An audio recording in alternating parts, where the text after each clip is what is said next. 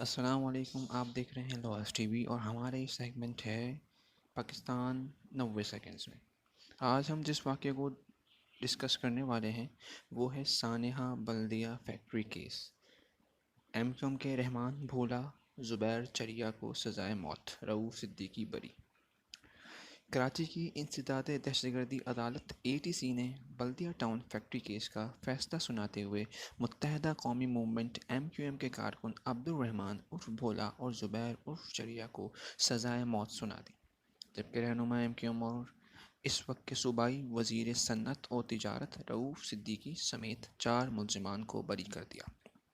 واضح رہے کہ 8 سال قبل 11 ستمبر 2012 کراچی کے علاقے بلدیہ ٹاؤن میں واقع علی انٹرپرائزز فیکٹری میں ہولناک آتش زدگی کے نتیجے میں وہاں کام کرنے والے مرد و خواتین سمیت 260 سے زائد افراد جاں بحق ہوئے تھے۔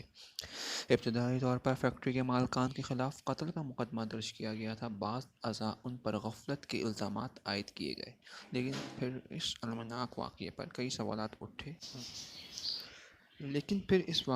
کئی سارے سوالات اٹھے تو پھر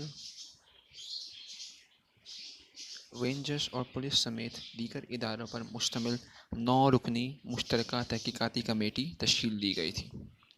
ملکی تاریخ کے سب سے بڑے صنعتی ثانیے کے اس کیس کا فیصلہ آج 8 سال بعد سنایا گیا، جس کی پیروی بڑی تعداد میں صحافی عدالت میں موجود رہے۔ سینٹرل جیل کے جوڈیشل کمپلیکس میں مقدمے کی سماعت کرنے والے انسداد دہشت گردی کی عدالت نمبر 7 کے جج کی جانب سے مقدمے کو منطقی انجام تک پہنچاتے ہوئے فیصلہ سنایا گیا۔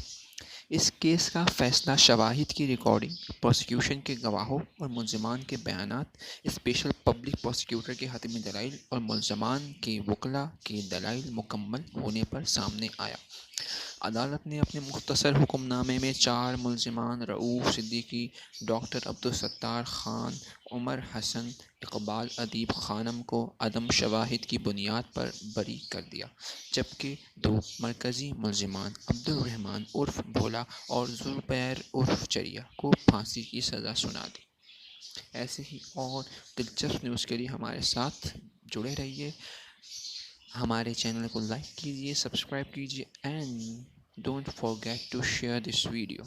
Until then, it's اللہ حافظ and السلام علیکم۔